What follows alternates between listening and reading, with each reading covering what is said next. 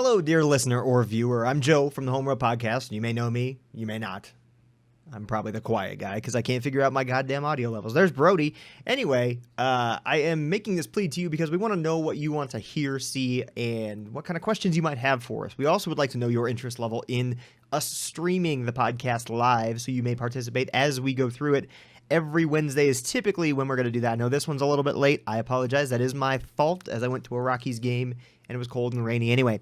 But please do let us know if you'd like us to stream the podcast. We also talked about playing some GTA or some other game where we can be social and still address the issues that we see from the week.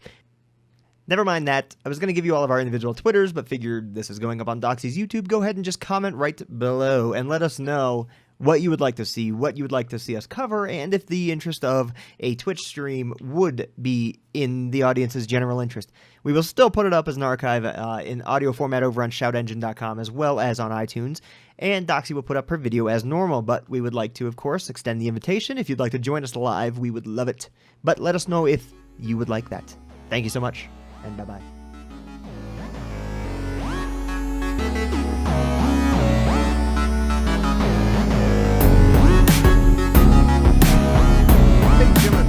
Jesus. I got it. Ladies and gentlemen, and Jesus. I got it. You know he's our number one fan. Yeah, number one.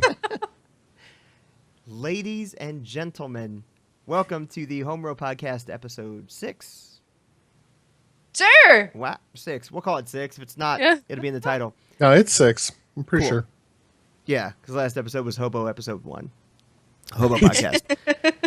So, I am Joe McAllister of PlayEnlightened.com and Examiner, and I'm joined by the always lovely Doxy. Oh, hi. This is the Hippo podcast today. Hippos. Good. No boogers. Yeah. No boogers this time. No, hippos. And had to check the recording real quick. And the always also lovely Brian Bentley Quiglin. Thank you. Thank you very much. Beard stroke. I Yeah. like it. Yeah. That's not fair. Well, I don't have anything else to be lovely about, so this is it. It's true. So it was actually a pretty busy week. There was a lot that happened, and there's like still a lot kind of coming out. With I didn't even get a chance. Oh yeah, I did. I did add the Steam thing. We'll get to that because I'm sure we all have some thoughts on Steam paid mods and all that fun stuff. But let's start off with what I'm most excited about because I want to, and I love Star Wars. I was so excited. So Star Wars Celebration was last week. They had a ton of stuff, just in general. The thing that I was waiting for was Star Wars Battlefront. I knew it was coming. I'm very excited. I love the old games. And then the announcement hit, and now it's been this huge, like, kind of, for me, very interesting thing to watch of people flipping out because Star Wars Battlefront is not essentially going to be Star Wars Battlefront 3. So they're really rebooting the series. DICE is behind it, the guys that did Battlefield, most recently Hardline, which listeners probably know I'm a fan of. I don't think you've mentioned it, Joe. Well, let me take 25 minutes and just talk a little bit about the intricacies of playing online. Play with your squad is all I'll say. Communicate. That's another thing that this game may struggle with, but we'll get to that. So, Star Wars Battlefront will come out this holiday season from DICE and EA. Will feature fairly large-scale battles. I was kind of expecting 64-player counts. They confirmed that so far the highest you'll get is 40. So that's 20 on 20. They played a kind of funny trailer that was like now the EA norm, which is this is using the game's engine, but it's not actually gameplay. Right. So that was fascinating to me. Yeah, because let's face it, during that thing, there's like rebel soldiers helping other rebel soldiers up, and you're like, I'm not going to do that. You're just going to die there. You'll respawn later. Yeah, and the video shows like these huge animations, or I shouldn't say huge, but you think about like, I think about Battlefield. In Hardline and in Battlefield 4, you basically use a defibrillator and smack them in the chest, and they get up. And if I have to go through an animation of throwing my hand out to somebody or something, and they have to, oh, thanks, buddy, I don't want that. You're going to get me killed. I'd rather just let you die. So that was, to me, that was interesting. There is no campaign mode. There is no mode called Galactic Conquest, which is a big deal for a lot of Battlefront fans. It was basically a mode where you could jump from planet to planet and conquer the galaxy, if you couldn't guess from the title. It was fun. It was awesome. So, Brian, I take it you played the old ones. Oh yeah, gosh, man. There's just so many times where my brother and I are just sitting on our couch, and we're just playing. We just kept playing every single planet like right in a row and just over and over again. So I'm happy they did announce they're going to have local co-op, and local couch co-op. That's huge to me because that's something I know I'm going to use. Definitely. Doxy, did you ever play the old ones? Nope. No. Nope. Well, you missed out because they were great. They were a lot of fun. Notably, I'm sorry. Go ahead, Brian. Oh, no. I was just going to ask, so Joe, are you interested in, like, they said there's definitely going to be Darth Vader on the field, and Boba Fett. Are there any other characters that you would look forward to being out in the battle? I thought that's the part I was getting to, so that they are having these heroes, and that was in Battlefront 2, I think. It wasn't in the original, right? Yeah, so you could be a Jedi and go out there and just start slashing, just destroying. It was awesome. Yeah. I'm interested to see how they're going to play it, because Battlefield, the way that it currently operates, is something where if you get a perk like that's a pretty powerful person or pretty powerful unit, it can really like swing the tide of a game pretty quickly. Sure. But I'm trying to think of because they're not doing any prequels, so they won't have like General Grievous, the four-armed lightsaber dude.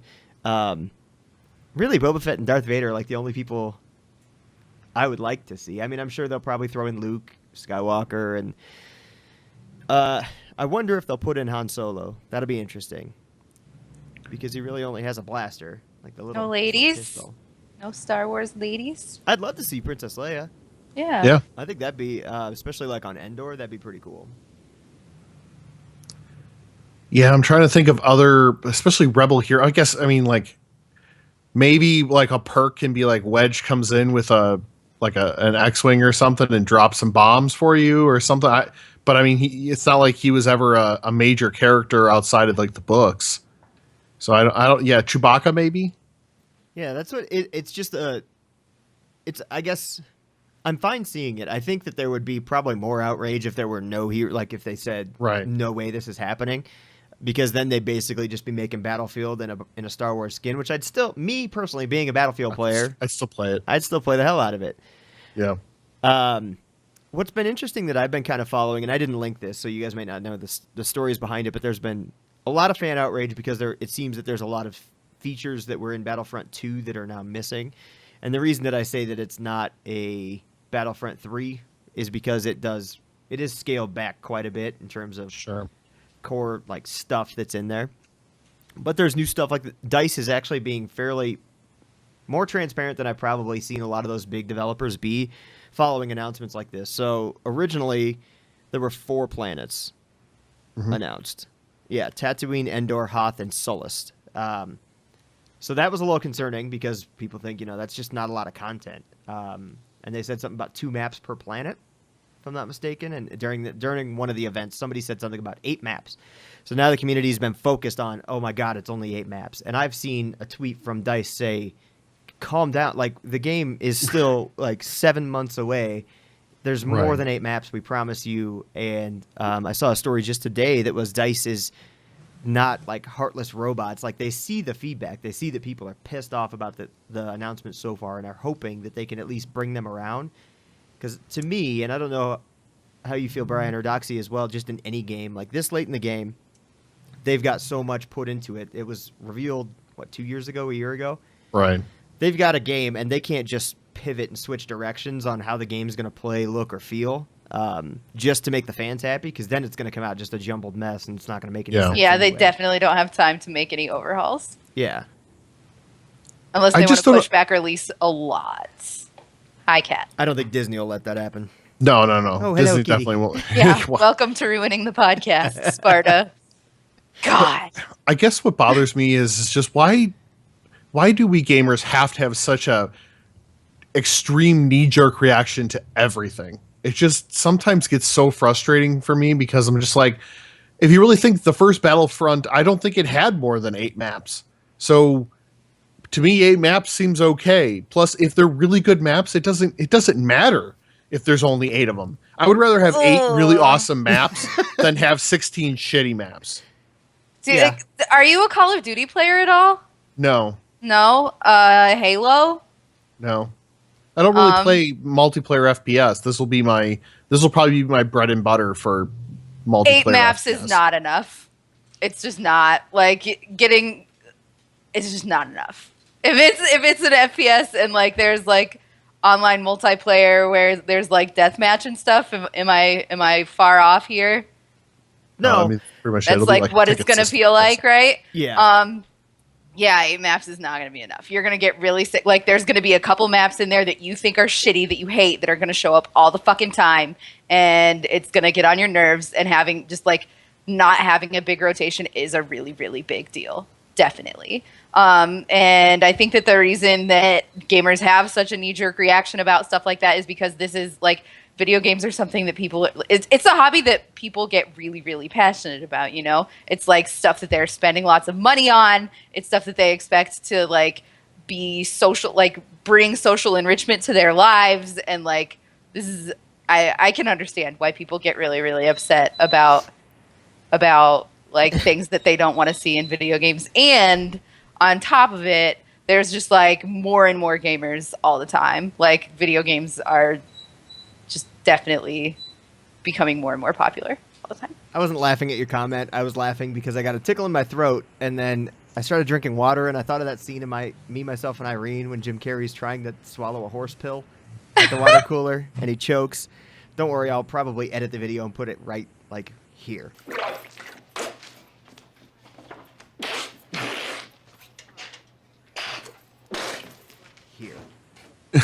Here.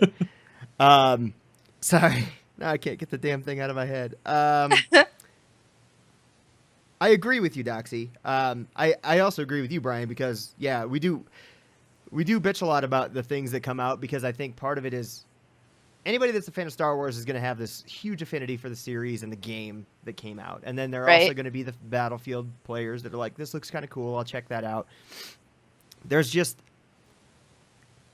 And this is why this is one of our topics that I hope someday we get to on a slow news week. That is like just fanboyism and the fanboy wars, because what you're doing is promoting or trying to negate a product. They're still trying to sell you a product. And the fanboyism is real with Star Wars.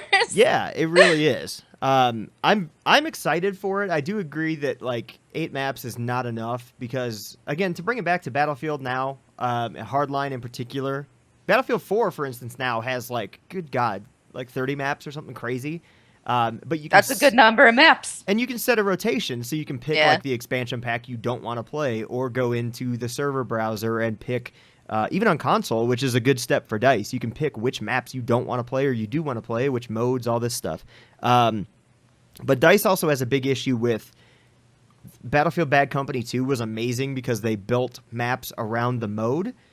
And then they went to Battlefield 3, and they were just all the maps held. Were like interchangeable. Yeah, you could play any mode on any map. Right. Which wasn't terrible, but it just didn't seem like there was a lot of thought that went into it. So there's a walker mode in this where the big AT-AT is on rails and is going towards an objective. Like Hoth, for instance, it's going towards the shield generator. Uh-huh. The Rebels have to stop it. The Empire has to make sure it gets there.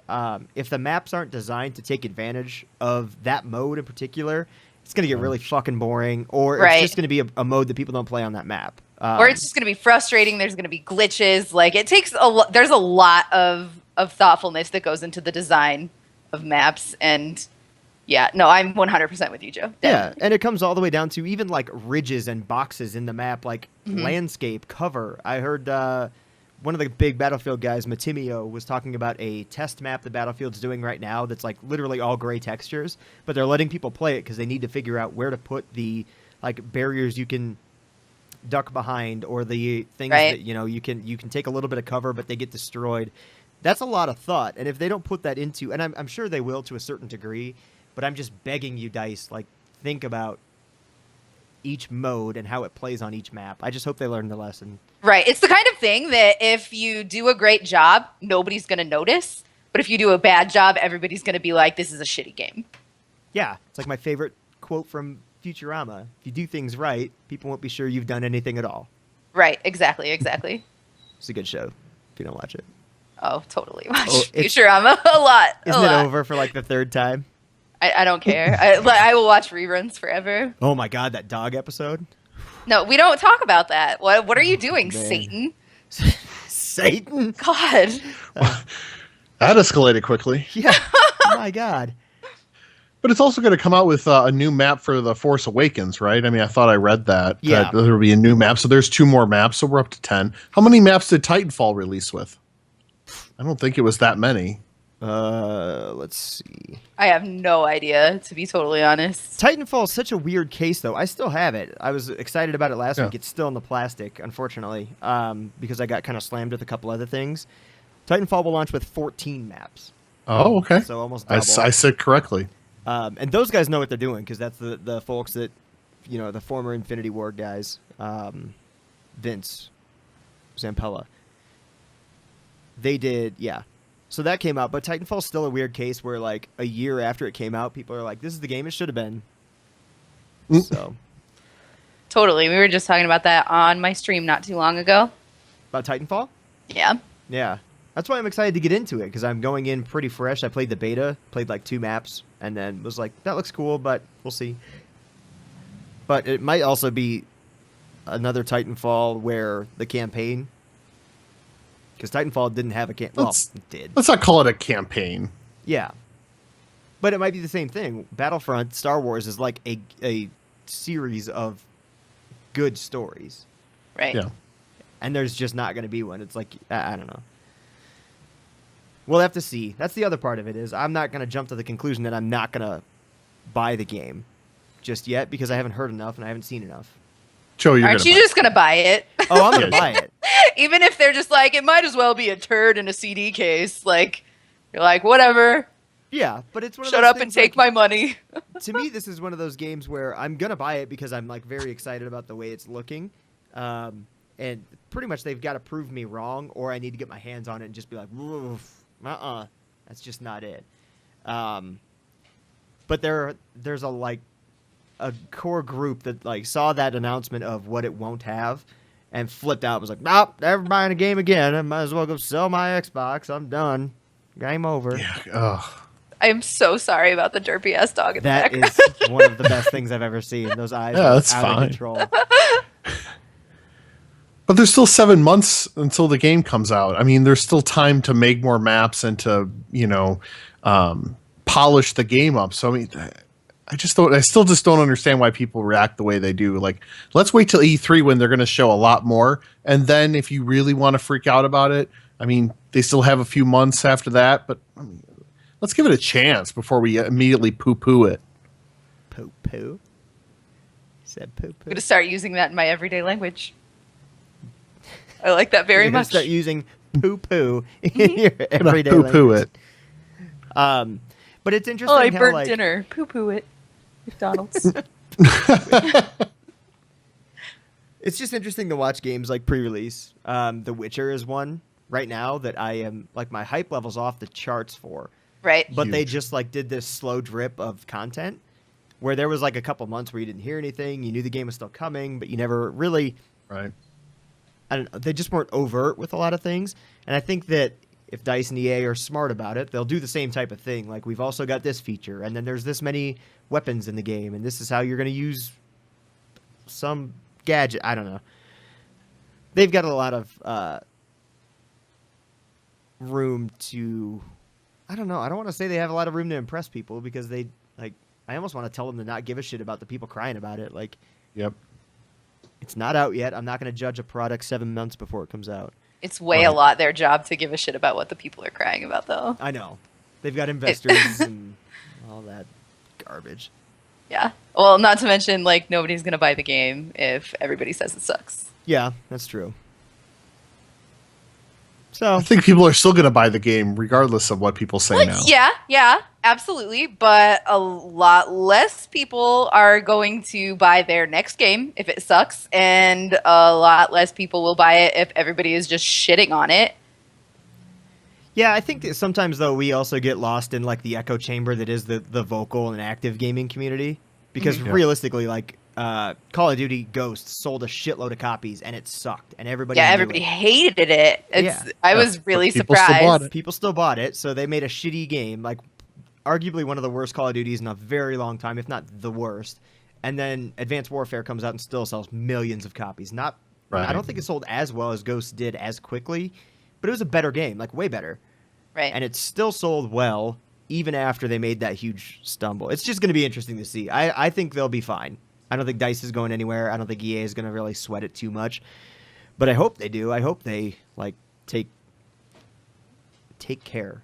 It's fucking Star Wars. Doc just fucking banged his head against the wall. Did you guys hear that? I heard something. No. Look at it. It was really loud. Oh my god, Elvis, get out. I'm so sorry. I don't wanna. So, but I'm on camera. I won't be famous. He's like, that looks like a good boy. He's got like the best, like most emotable eyebrows. Yeah. Yeah. That's Elvis. Oh, he's so Oh, tired. Let's just turn this into a dog cast. We'll just watch Elvis. It's the Hippo Dogcast. If it starts thundering, you'll see my dog jump up like your cat. It'd be pretty awesome. I'm excited. I hope that happens. I'm going to start, like, keeping an eye on weather near you now. Be like, it's time for a podcast. It's Sunday. So we good on Star Wars then, I think? Yeah. Yeah, I'm over it. I'd agree. I started off, like, all worked up, and now it's like, I'll just wait. It's only 7 months. Quickly, let's just touch on Square Enix. Announced that they're doing their own press conference, which may actually be the exact same time as Nintendo's, which is kind of funny. So they're doing their own E3 press conference. I'm sorry. Should qualify when these things are happening. And I bring this up mainly because it's kind of interesting because Bethesda's also doing it. And you usually wouldn't schedule your own press conference unless you got something either big to show or big to announce. Right. Possibly both. Do you guys, either of you, have any idea what you'd like to see or what you think they're going to show? So I think as far as sorry to jump on this one, but I think they're going to be definitely showing Final Fantasy 15. Kingdom Hearts 3 are going to be they're going to be the big stars of the show, and I think the reason they're kind of separating themselves as far as an E3 press conference is concerned is due to the fact that they don't want the impression that if they show up on the Microsoft stage or they show up on the Sony stage the day prior, that somehow they're going to be linked, with that console. So I think they're trying to keep a third-party neutral stance in order to keep sales on both consoles, because what's going to happen. They're going to come out on one stage, the Sony stage for Final Fantasy 15. Everyone's going to be like, they hate Microsoft and so it's not going to come there anymore. And you're like, no, they're going to release on both platforms. Don't worry about it. They just needed a place to show it. And so this way they can show it. They're not, dependent on one of the two giant console makers. That's why I think they're doing it. Is Kingdom Hearts not PlayStation exclusive? I totally thought Kingdom Hearts was PlayStation exclusive. I know they talked about it, last year at E3 for Sony. Didn't they? Didn't they reveal Kingdom Hearts during the PlayStation event? I thought so. As we all Google it. Yeah. Yeah.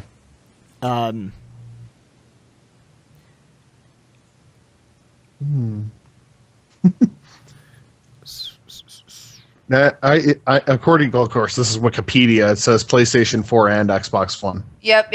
You'll be able to play Kingdom Hearts 3 on Xbox. Yep. There you go. Okay, my bad. Totally. No, I'm glad you said something, because otherwise I would just be like, I'm kind of curious. Like, I think this is just start talking.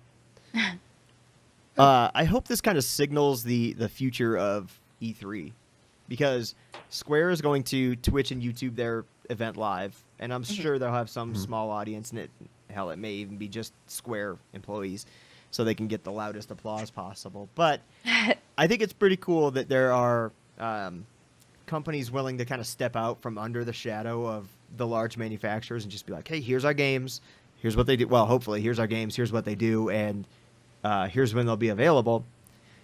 But I hope that, like, in the next couple years, we'll be able to just throw on Twitch, keep it on all day, and just be games all day long. Somebody from that company talking about the game for 3 or 4 days in the middle of June. And I think other, like Gamescom could benefit from that. DICE would be a really cool one because that's like the behind the curtain where you could watch some talks. And they do a good job of it currently on Twitch. Actually, this year was really good. But where you can watch some of those talks. I do hope that Final Fantasy 15 is shown off. Last estimate I saw was like 60% done, but then they released Type 0 with a demo. Is that right, Brian? Yeah. I know you played it, right? Yep. The demo feel like it was going to make some waves? Oh gosh, the demo is beautiful. Just beautiful. The problem with playing is like now I just want to play it. I want the game. I want it right now, in my hands. But yeah, no, I mean, the graphical. I mean, one of the things Square Enix does, especially with their cutscenes, just unreal the way they're able to generate those. So I'm definitely looking forward to it. I hope they show everything, or I hope they at least give us a release date at E3. Yeah, you think it's 2015 still? I'm cautiously optimistic. I think so. What's kind of scary right now, and I don't know if either of you have looked at like the release calendar, but there's pretty much, I think, in October is, if we're looking at the fall, October has Halo 5, which I don't think anybody's going to touch that day. They're just going to get out of the way of Halo. Hi, Kitty. I am going to shut my office door next time. I'm so sorry. No, you're fine. I don't mind. Neither. Doxy's Animal Farm. That's not even all of them. Oh my god. Oh, you just... Oh. I have so many yourself. animals. I have so many animals. I don't remember where I was. Oh, October. So it's Halo. Right. Everybody's going to get out of the way, probably for a week or two. So November, mid-November is something else. November 17th or 18th, something's coming. Battlefront on the 17th. That's right. Battlefront. I would imagine you'll actually probably still see another game come out that day. Probably Black Ops 3? Different. I think Black Ops would probably be a week or two after, or before. Okay. I think they're going to stagger these freaking shooters so that you have to pay $300 just to play with your friends at any given time. Yeah, suck. But I don't think it's still, so Black Ops is still in the air. We know it's coming. It's going to happen. But otherwise, October, November, and December in particular is still pretty bare in terms of a calendar Tuesday big release window, and that scares the hell out of me because I think at E3 we're going to get like coming this day, and it's going to turn into Broketober all over again. Well, there'll be an Assassin's Creed game in November. No, stop. I know they already announced Victorian London, which is a cool time frame, but it's the same thing with the American Revolution. There's a lot of cool stuff they could have done with it, and they just fucking shit their pants on it. It sucked. Ugh. I have faith that if they want to continue the series, they're going to step up their game. Yeah, and I thought, what sucks is to go back to Unity, and I think I may have mentioned this last week. I played it and didn't have a single problem. The story was a little flat. The acting was a little flat. But to me, it was a great game. I didn't have any glitches. There were no problems. The microtransaction thing was annoying, and I mentioned it in my review, but it never broke for me. And then the day or two after it comes out, I'm reading all these other reviews and then user reviews. It's like, oh, I was just lucky. That's terrible to say that probably 1 in 4 people that played the game had a shitty experience. I had one glitch, which was near the end of the game, and very annoying, but it was one glitch in a brand new game that hadn't been patched. I can kind of deal with that. But yes, they need to step it up or step off for I think a year off would be. I feel like it would do some real good with just a couple shitty releases can really kill a franchise. Mm-hmm. It's a really good idea for them to take a break and really take their time with the next one and hire really good writers and really good designers. And people stop caring. Yeah. I don't think anybody would probably miss it too much. There are people that would, but I don't think you're going to see a majority of gamers being like, well, I thought Assassin's Creed was coming this year. Yeah. In fact, it would actually probably be a boon for them because then they're going to be like, but and then come out right out and say we're not releasing one this year, but next year there will be a new Assassin's Creed. Here's what it's going to be, and people are going to respond well to that. I think, Definitely. especially hardcore gamers. Yeah, I would agree. I think nobody's going to be like, "Oh, why didn't you put out another shitty ass hurried rushed game?" Like nobody's going to be like that. Yeah, said no one ever. Exactly. I like Rogue about though. Black Ops and Kingdom Hearts though. Really excited about those. You're excited about Black Ops? Mm-hmm. Oh, dude, I'm a Call of Duty like big time. Oh, I think you mentioned that once before, but I did not put that together. I will love Call of Duty till the day I die. I will buy every single one that comes out. It will happen. So, do you actually play the single player at all, Dox? Sometimes. I really, really, really just like deathmatch and like just owning people over and over. But yeah. Sometimes I play the campaign with the latest with the Advanced Warfare. I haven't played the multiplayer at all. I've only played campaign. Oh wow. Yeah. Cool. The multiplayer was good. It was like the first time in a long time. I remember playing Ghost, and I played for like 30 minutes. And luckily, I didn't have to review it because I would have torn to shreds. I would have had some like traumatic head injuries or something because I played and I just couldn't like get anything done. I was getting spawn killed left and right, and it was just not fun. And Advanced Warfare, it felt like at least once I got the hang of the exosuit, I could get out of the way, like on my own accord. I could get out of the way of somebody that was shooting straight at me and pull some pretty cool looking stuff. And the progression was really cool. Like I could unlock new gloves. As stupid as it sounds, I like to stare at my little model in the screens and be like, "Oh, I look like a badass." No, customization like that is really, really cool. Yeah, and I think everybody likes it. They did it smart too because they did it so when you're like waiting for the match to start, you see the other people, so you can be like, "Oh shit, that guy's got an awesome helmet." Or like if you know the achievements that it takes to get somewhere, you can be like, "That guy's probably pretty good at this," or has stabbed a lot of people. I will take a shotgun this round. Definitely. So from Square Enix to Call of Duty, that was pretty pretty wide berth, and Assassin's Creed in the middle. I'm glad we stayed on topic. I'm fine with it. That was wait. So I'm actually going to go back, Joe. Are you going to get Battlefront on Xbox One or PC? Probably Xbox One, just because, like most games, that's where a majority of my friends that play actively, like play once a week at least, play. Okay. If I can find a crowd, like I think I was going to go get it today, but I just didn't have time. I was going to go grab GTA for PC, which we need to. Oh, yeah. Play. Oh, man, we could stream this while we're playing golf and GTA. That's a really good idea. Oh, yeah. Or just, go to the strippers and put our faces over the boobs. So good. Also a good idea. I had to think if I could do it for a second. I was like, yeah, we can make that work. So maybe look at episode 7 in Los Santos. We'll see. But I might get it on PC. I'm just not like when I go from the controller to mouse and keyboard. It's so different that you can play on a gamepad on PC, no problem, if you have a wired Xbox controller. I actually have the wireless little adapter. Like Don't do that. No, you need to get a wired one. You gotta. Whoa. But I still feel like the accuracy of a mouse is much higher. Like so much better, yeah. Way better, yeah. It's just I'm awful. I need to practice. I mean, it just comes down to that. But it definitely takes some getting used to, like knowing what your hotkeys and stuff are. Yeah. It's definitely an adjustment, but it's one that you would do well learning. I think even if I could have like a little joystick for movement for some reason, like the HomeRow, is tough for me to like just hold W and like just sit there with my finger on a key. I don't know. That or like trying to hold Shift and W to sprint. I like it way better. Really? I like it way better, yeah. I just like to push the stick forward and click down and I'm sprinting.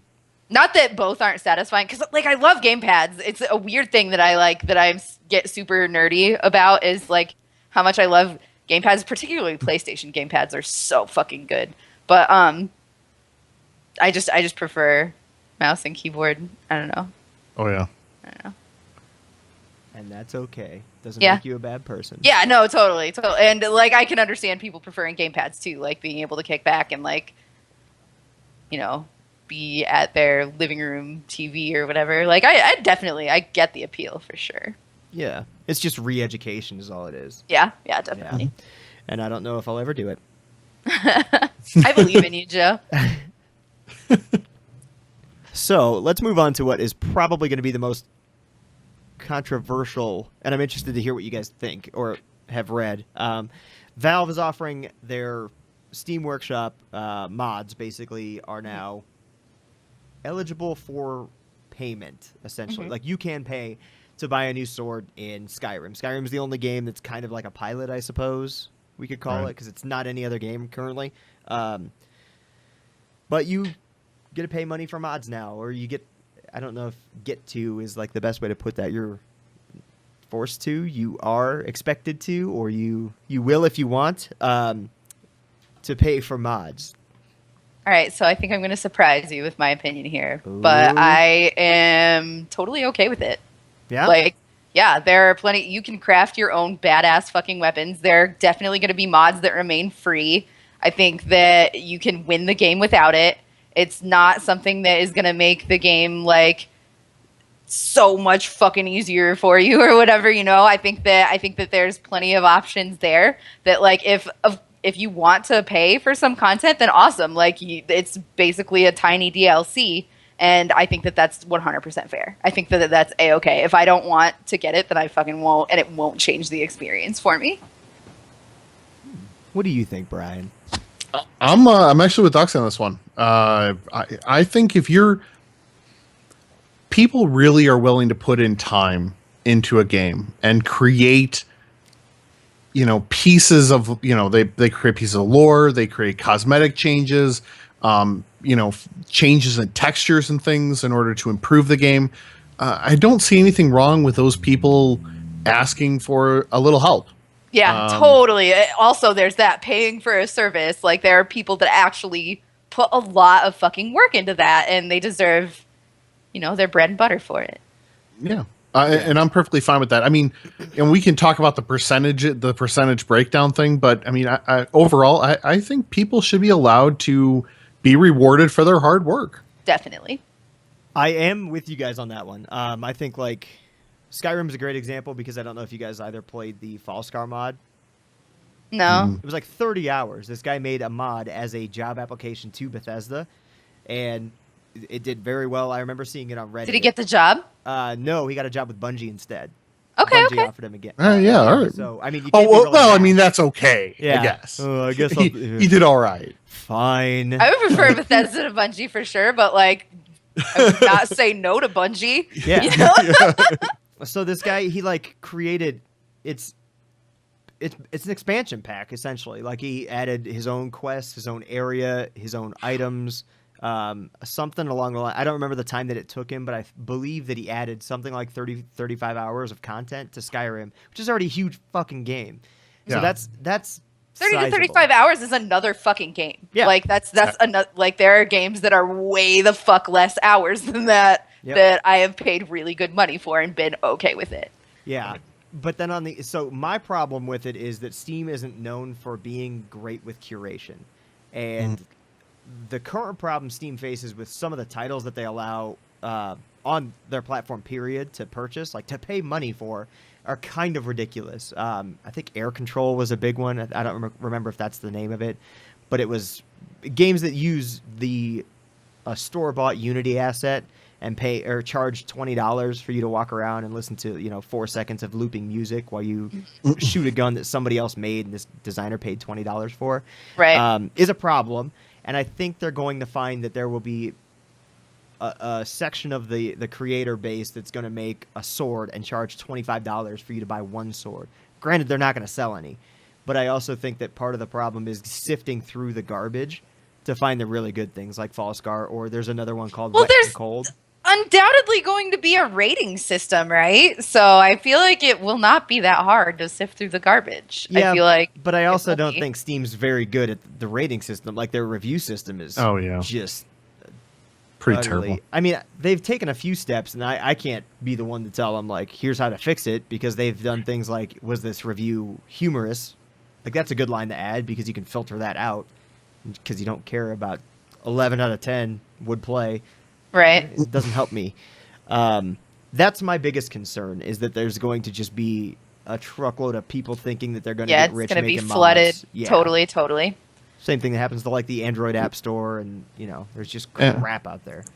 You know what though? A good thing though is that a lot of mods are going to come through word of mouth. You're going to hear about them on Twitter. You're going to hear about them on podcasts like ours, and I think that's going to help help some of the good stuff rise to the top.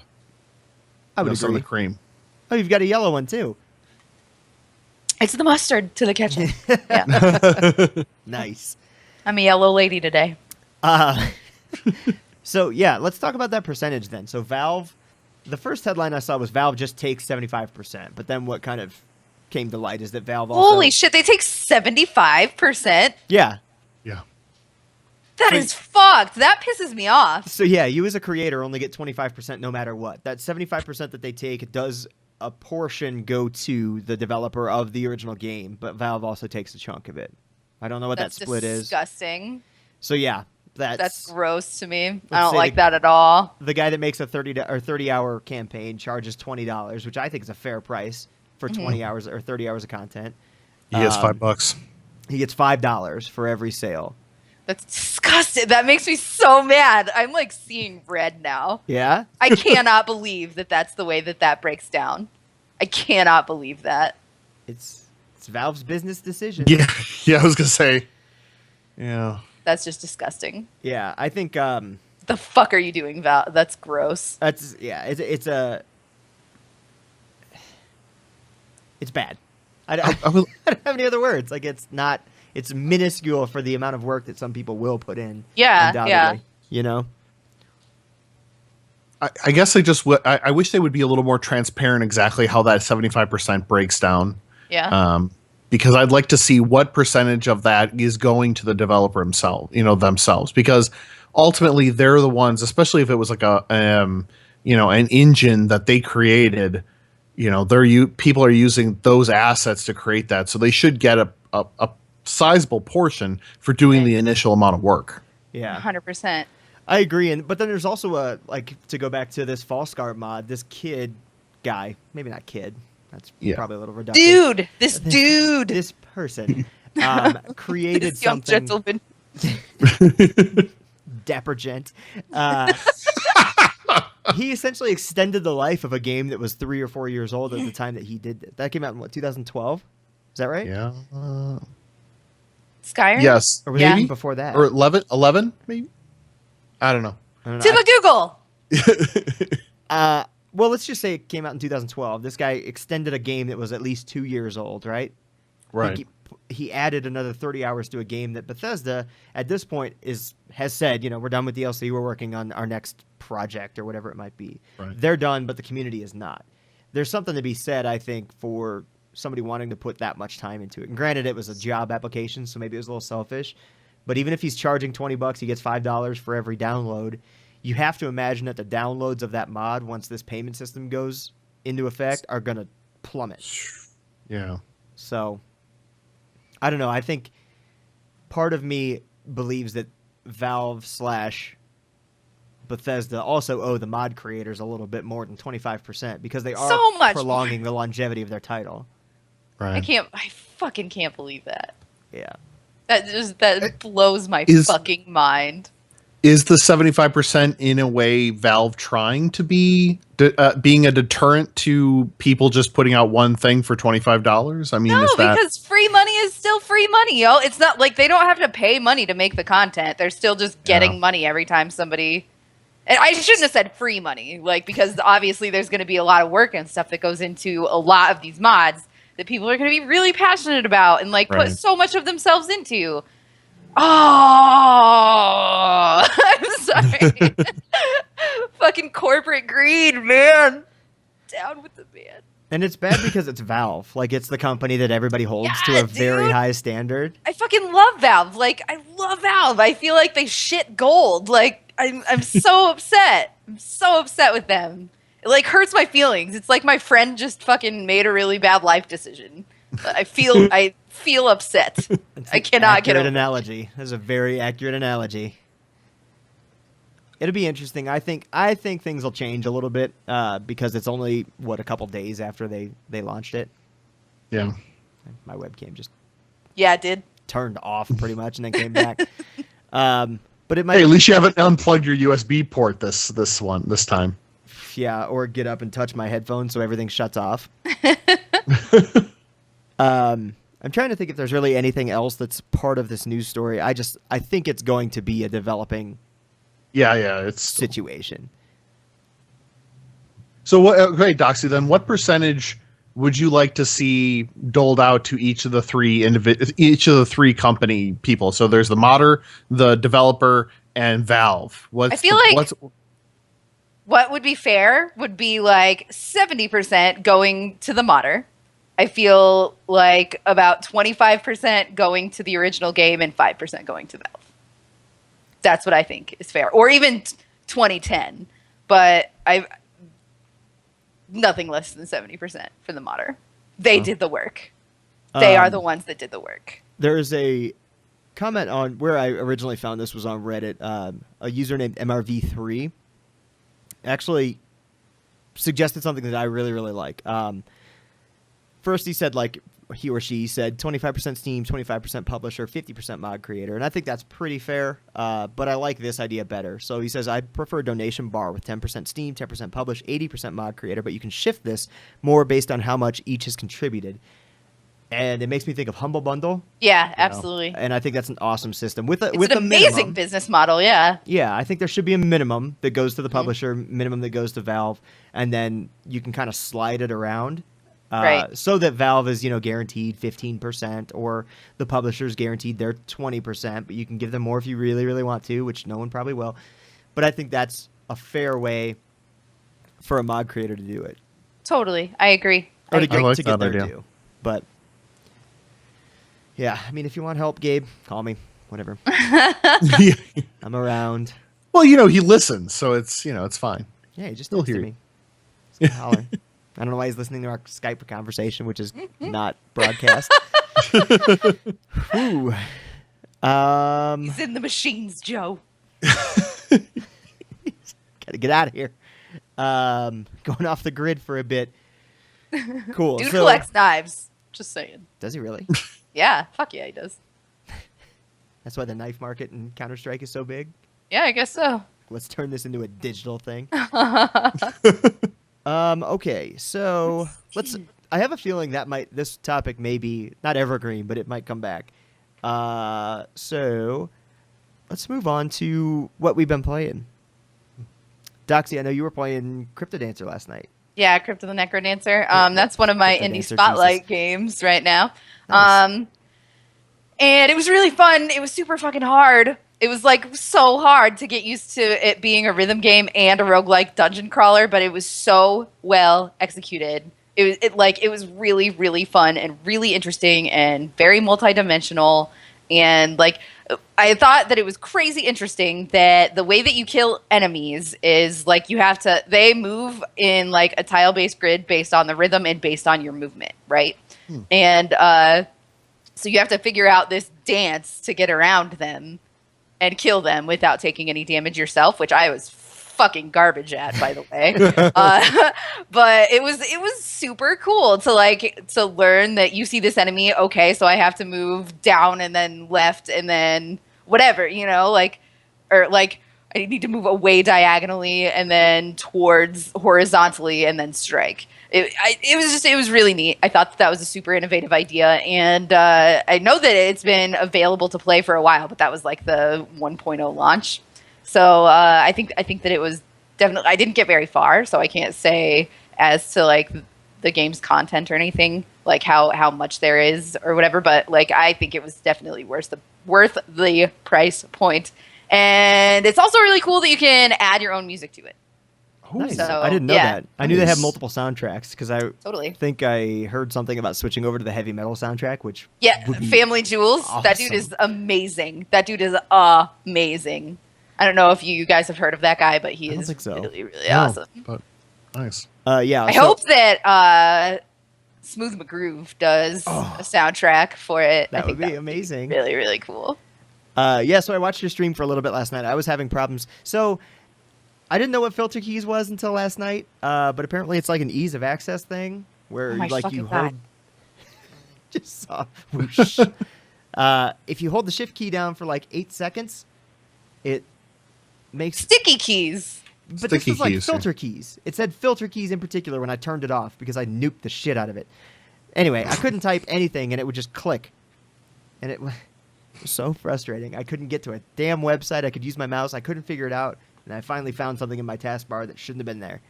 So now ease of access is gone via the registry. Anyway, when I finally got in there, I was able to watch you for a little bit, and it was fun to watch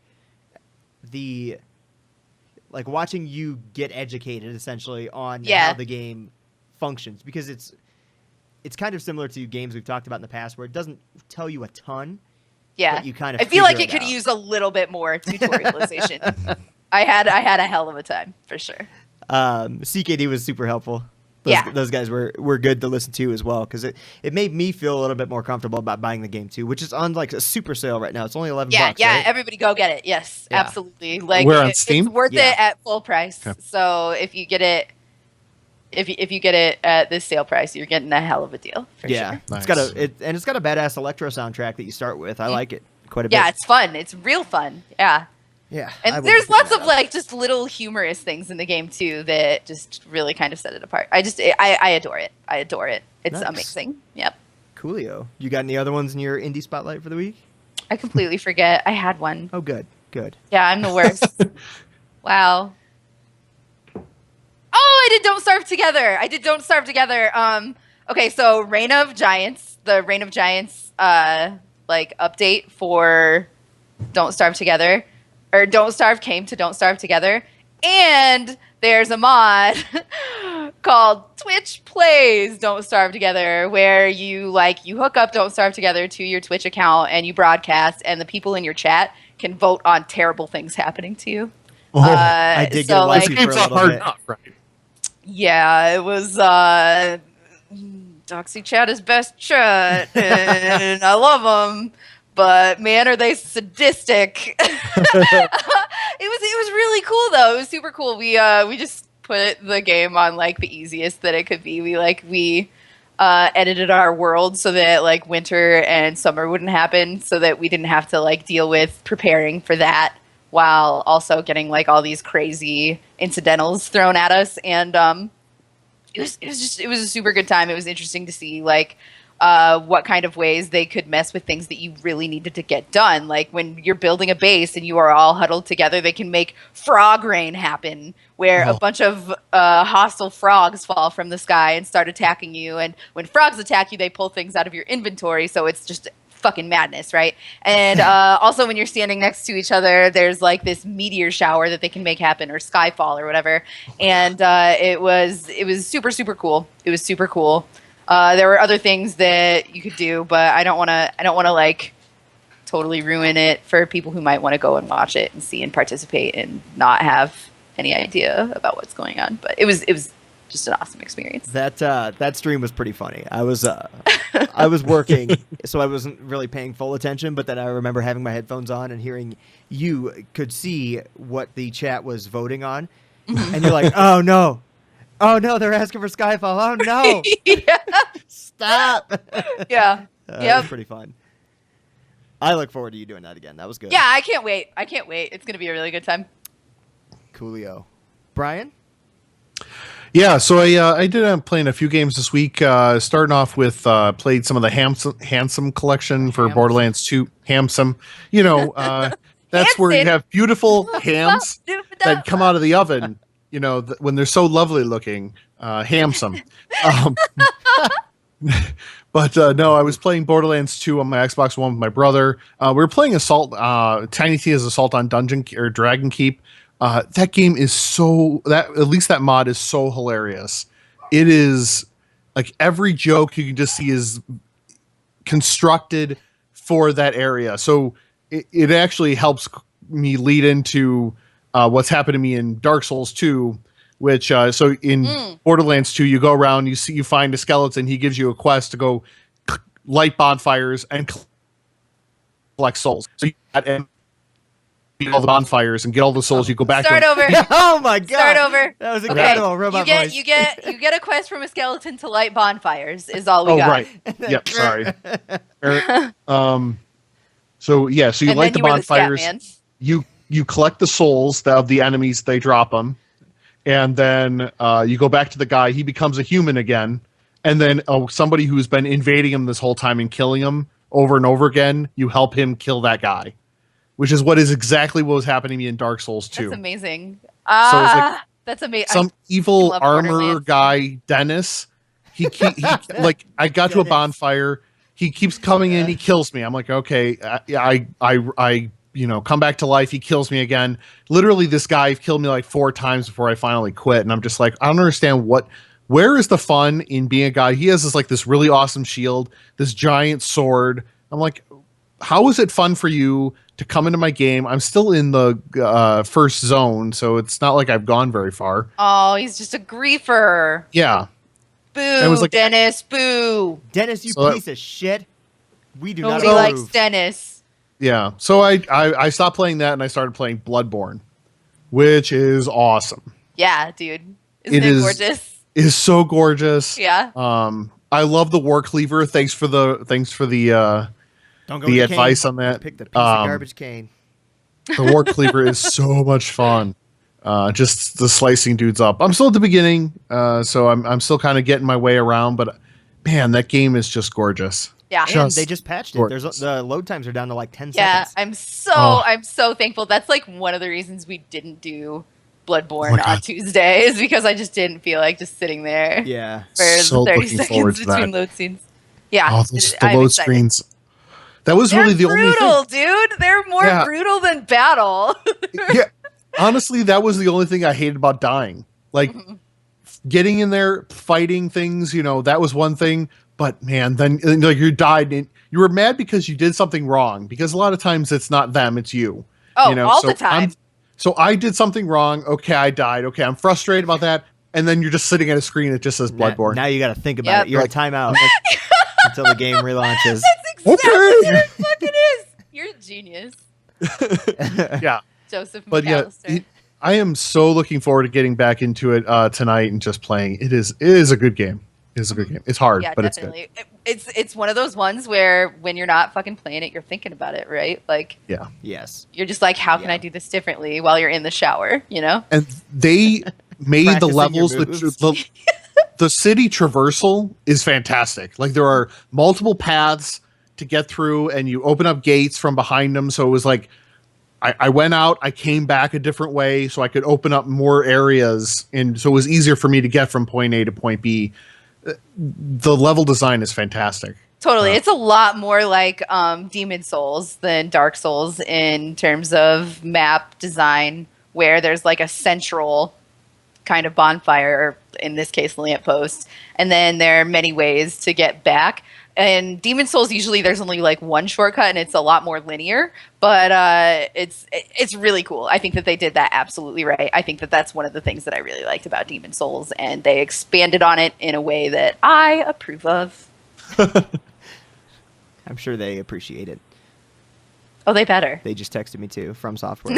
Thanks, Doxy. All right. Great Solid. show. Cool. Brian, did you play Assault on Tiny Tina's whatever it was? It's a long title. Tiny Tina's Assault on Dragon Keep. Did you play that on last gen? So much fun. That was No, a I really played good on this one. gen. Have you finished? played on this. Have you finished? No, the- I've the not main- finished it yet. Oh shit. We're okay. Finish it because I want to talk about that particular. Like that was to me one of the best DLC stories I've played probably ever. Yeah, Okay. definitely. Yeah, We all right, should all right. play through it after this podcast. Yeah. Oh, So I'm gonna put that on the agenda for next week because right. there are some really cool points to that just go like they just hit you all of a sudden. You're like, whoa, okay, it's amazing. Didn't know It's it was like it's that. absolutely beautiful. yeah, And the monsters are fantastic. Like they just they like took every single fantasy trope and put it into this game, into this DLC. It is a really good piece of DLC. Yeah. It is just it really. They is. outdid You got me. themselves. You got me wanting to play it again now. Yeah, I might have to grab that. roll for initiative, suckers. Oh man, isn't that the girl? That's Ashley, right? Ashley. Ashley Birch. Yeah. Hey Ash, I what you love playing? her. I love her. She's insane, but that totally. character fits her pretty well.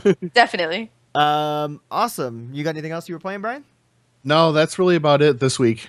All right. Slow week. What about you, Joe? What are you playing? Did I talk about Dungeons last time? Dungeons 2? You mentioned it. Played that. I just got it, so I'm gonna start playing it this weekend. It's a lot of fun. It's I wasn't sure if I was gonna love it, and I really, really liked it. I gave it a 4 out of 5 because it was just like super straightforward. The campaign does a great job of teaching you everything you need to know, and then it tells a story that you're just like, okay, I'm evil. I have to go after the good guys. Got it. But there's pretty good humor worked in there. Some kind of funny, like self-aware, like buy more games from Calypso, who is the publisher. And it's just well designed. Everything's animated really well. There's another dungeon crawler that's out, or dungeon keeping type game. Not Dungeon Keeper. I can't remember what it's called. It doesn't matter. It's not as good. It just left. I'm pretty sure doesn't matter. Not as good. Got it. Yeah, it's either in early access or just left. But I would tell you, if you just want something that's like a flip on dungeon management, but then there's also this overworld mechanic that's like pretty much like Warcraft, like the original Warcraft. You take your units, you go after the humans, and you try and invade other dungeons. It's really cool. It's a really, really cool game. So very much a real-time strategy game then. Yeah, but it's different in the fact that you don't have like buildings that like produce infantry units on the overworld. You make them in your dungeon. And if everybody dies, you can also have like these little mats that bring people back to life, and all of your units kind of work in concert. It's very cool, and it also is way deeper than I thought it was going to be. So at first I'm like, oh, it's just honestly I thought it was like, oh, it's a kid's game, like it's nothing, because the art style is very cartoony. Yeah, but it's way more in depth and like a lot more to it than like meets the eye, like a Transformer. Perfect. I really liked it. And I didn't think I would. And I always like when games do that, to where they surprise me with their depth. But it was really cool. I also played Tropico 5 on PS4. Oh, how was it? It was good. It was okay. really good. For the face you were making for a second, I was really scared. My biggest concern was, I really loved Tropico 4, and I was worried that it didn't look too different from Tropico 4. And it also was on PS4, so it's like I have a controller in my hands. Yeah, how were the controls? They were as good as you could probably ever make them, and they were both a positive and a negative. But I can't say it's a negative because I'm not going to plug a keyboard and mouse into my PS4. Like if I had the option, I'd rather play on PC, probably 7 days out of the week. But they were as good as you could make it on the console, being able to zoom in, zoom out. You hold a trigger to bring up one overlay. A combination of triggers and face buttons. They just did it very, very well. They made it like once you understand what you're pressing or what you need to get to, it's just 2 strikes and you're there. You go through different ages now, so you start in like the colonial era, and you are actually like under a king, and you have to work on gaining your independence by getting approval of your people. Like there's just some really cool systems that are like under the hood stuff that they didn't have in Tropico 4. I felt like it was just all sandbox, like just build a thing, make it pretty. But this, like the buildings have absolute like meaning, and there's a reason to put them there. And sometimes buildings might stop producing things. You need to figure out why. Like, is their budget not high enough? Do you need to import workers? Some of that stuff's from Tropico 4, but there's also like just a bigger export emphasis, I guess, in the later game. Like it's another one of those where I expected it to still be pretty shallow, and I was like, oh shit, I have to think about this. Like I need to plan my next research category well and manage my crops, and there was just a lot going on. But it was good. Nice. That's very exciting to hear. I'm really happy. Yeah, it was good. Like I said, I kind of expected it to be like a painful experience, mainly because of the controls, and it wasn't. Yeah. I could not see them working on console. Like I'm really, really glad that they found the clever way to. And you know what? That's a good game to like sit back on the couch. Like the way my TV's it's probably 15, 20 feet away. It's far, and to be able to sit back as opposed to sitting up here at the computer, it's kind of nice. It's a little bit slower paced. I usually play it either on pause or on like the double speed. But if I'm sitting back and want to relax a little bit and just kind of start a little city and see or a little island and see how it goes, it's perfect. It's a really good palate cleanser too, especially since I've been playing a lot of like Battlefield and a couple games that take themselves too seriously. Definitely.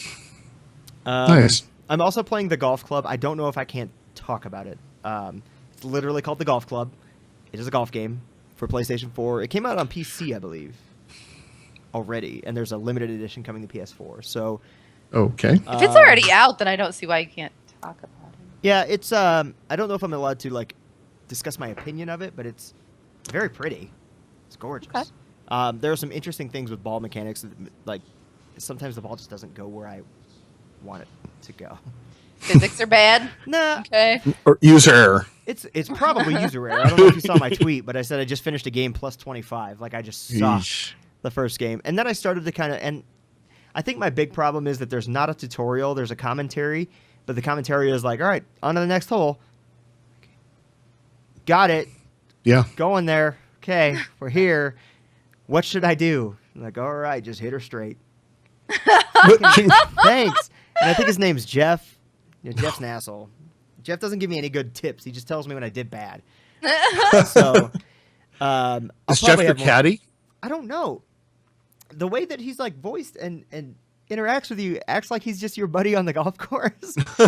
But he doesn't like. I would appreciate it more. I think that's my biggest criticism so far. Is I would appreciate constructive feedback. Like next time, try and draw a little bit more to the right, or you hit that one square, but try and make it loft more so you catch that wind, or just anything. And I know some of that's tough to program in with, Sure. analyzing my previous shot and telling me Right. on the fly what just happened and what needs to go better. But just telling me that, like, Other games manage. yeah, I know. And it's, I don't know. I'll get some more thoughts next week. I have to kind of process some of it because I just take notes as I play.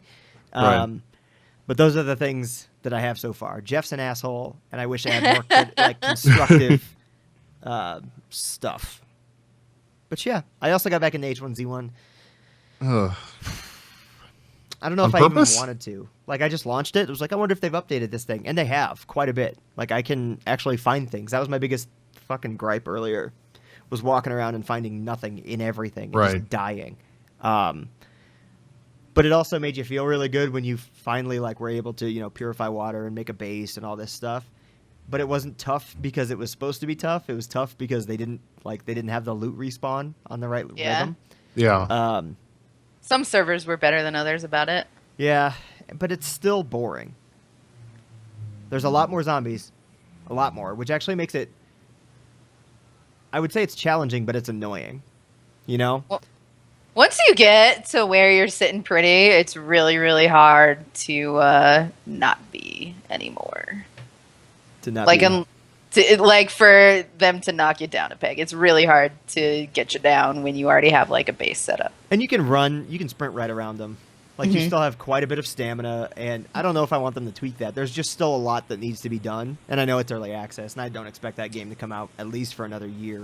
Maybe some sort of Oh. special boss zombies that have like extra health or do extra damage or like can move differently. Yeah. Would be... Or, I mean, to play on some of the zombie tropes that are out there, like the boomers, something that's like Yeah, an yeah, area yeah. of effect. Right. Like, that Right. just slows you down or poisons you. They've added Totally. in, like, farming, so you can plant seeds and stuff, too. You can till the ground.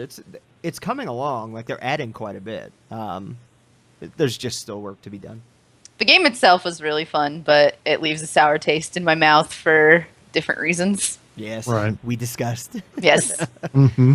Yeah, they've got a little ways to go, and I think it's one of those games. I always think of early access in a weird way. It's almost like showing your game off too early, because if I get this one picture of your game and I put it down, I probably won't go back to it. Mhm. Or I will, and I'll think of that picture, and if things have changed, awesome. I might give it another 10 minutes.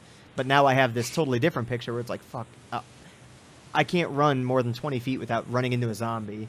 Mhm. And they just feel like there's too many there, but then it's nice because there's a lot of loot all over the place. I don't know. Right. I'm just really weird on that game because I'm very excited for somebody to finally get like a good open world zombie crafting game together. It's like nobody can do it. Yeah. Nobody's hit it yet. But anyway, You really don't think this is going to come out till 16? no, I don't. I'm sorry. I think. Oh my God. Sorry, a cat. I just heard. Yeah. I just think there's too much to do. There's a lot more that needs to be done. I have seen quite a bit in the way of admins booting people for cheating. Like that happens a lot. That which really? is good. Yeah. There's admins now? Yeah, Maybe I so- can go back to that fucking game. Yeah, so if you're in a server and you're playing, you'll see some messages every once in a while. Usually it's like, you're hungry, you're thirsty. I know. Right. I have the fucking status bar. I got it. But then in your like lower left-hand corner of your screen, it'll also tell you like somebody's been booted for cheating. And what I thought was interesting that I just noticed, and I probably wouldn't have paid 2 seconds attention to it, but this kid's name was, again, sorry, maybe not a kid, I don't know if you're listening, but something surprise, and the admin actually typed the message that said, surprise indeed, you've been banned for cheating. So then it said his screen name, and it must have been, probably a generated message, says, has been banned for cheating. Uh-huh. But I thought that was interesting that it at least informed me somebody is monitoring what's going on inside the Good. servers. Sure. Good. So Good. they're getting somewhere. They had a big ammo duplication glitch, and like you talked about, Doxy, there's just not a system in place to deal with issues within the servers currently, and it looks like it's getting there. I don't want to say it's there, but kind of like the game itself. It's not there. It's getting there. Right. And I'll probably... Well, as long as they're doing fucking something, because that shit was ridiculous. Yeah. Right. Word. And I played more Battlefield Hardline. Surprise! Surprised. You know what's awful is I'm now getting into like hardcore servers where it's hardcore. Like I get That's the way I like to play worked Call of Duty. up. No minimap. I found new use for the professional class who's the sniper, and I hate him. So I hate playing as them so much. But I'm at this point where I'm just trying all the guns to see what works well. They've got a gadget called the decoy. Holy hell, it's a lot of fun in any game mode if it's hardcore or not, because you set it down and it just starts blaring out like audio and makes the minimap for other people go crazy. So you see people like looking all over. You just walk up and smack them in the head. It's a good time. It's a good time. I don't take the game too seriously.